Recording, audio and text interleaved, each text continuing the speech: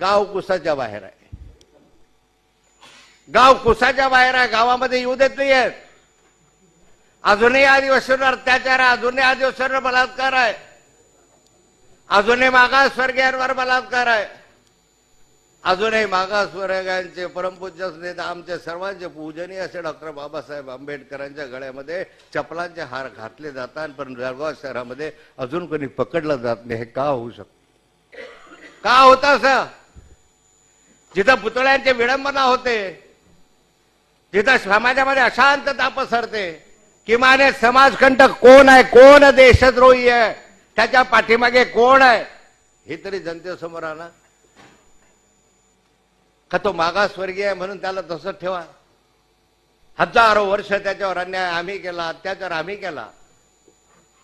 शेकडो वर्ष त्याला माझ्या दरवाज्यात येत असताना दरवाज्यात यायचा तर जोहार मायबाप जोहार, जोहार मायबाप जोहार म्हणून तो माझ्याकडे यायचा. चपला वर करून घ्यायचा व नजर वर करायची हिंमत नव्हती.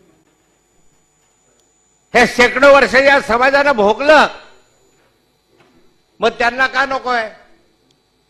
त्यांचा पैसा त्यांना का मिळू नये? मग अध्यक्ष महोदय,